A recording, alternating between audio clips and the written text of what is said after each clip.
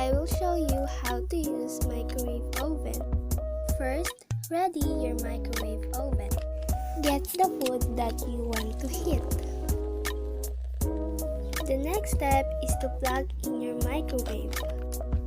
After that, put the food inside the microwave oven. Make sure that the utensils you will use is microwave safe, because if it's not, it will cause damage to the microwave and food. Ensure that the food is placed in the center of the glass ring. Press first the microwave button and set your estimated time to heat your food. After setting the time, press the start button.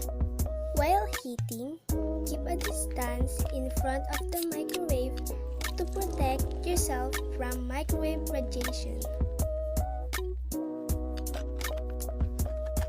Open it and get the food.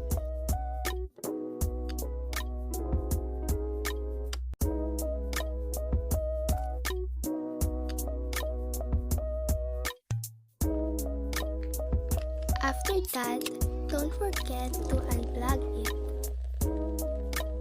After using the microwave oven, don't forget to clean it.